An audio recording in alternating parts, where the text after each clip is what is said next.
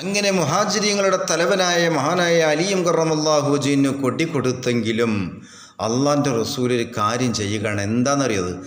മികവൂറ്റോർ അലിബക്കൽ അലമപ്പോൾ നബി വാങ്ങി മിസ്ഹബ് ബിനുമൈ റവരിൽ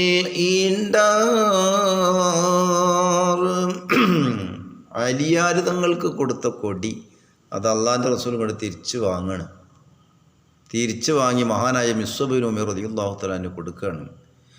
പുകൾമേൽമാ ആദീനാലെ അലിയേക്കാൾ അവർക്കെന്ന് പൊരുളല്ല കൂടി സ്ഥാനം അവർക്കായതാൽ. അപ്പം അലിയാരുതങ്ങളേക്കാൾ സ്ഥാനം മിസ്സബിനായതുകൊണ്ടല്ല കൊടി അങ്ങനെ കൊടുത്തത്. അവിടെ ആകെ ഒരു കരേപ്പയ നടക്കുകയാണ്, ആകെ പ്രശ്നത്തിലാണ്. ഇപ്പോൾ അത് നടക്കാൻ പോകണമെന്നുള്ള തെളിവാണത്.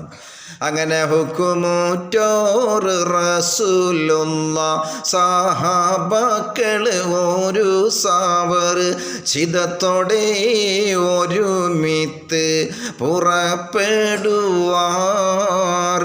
മഹ്മൂദർ പാഠ അങ്കി സ്വലാഹും മറ്റുടൽ പൂണ്ട് മദിനത്തിൻ നേഴും നള്ളും നുഹദ് കൊള്ളാം.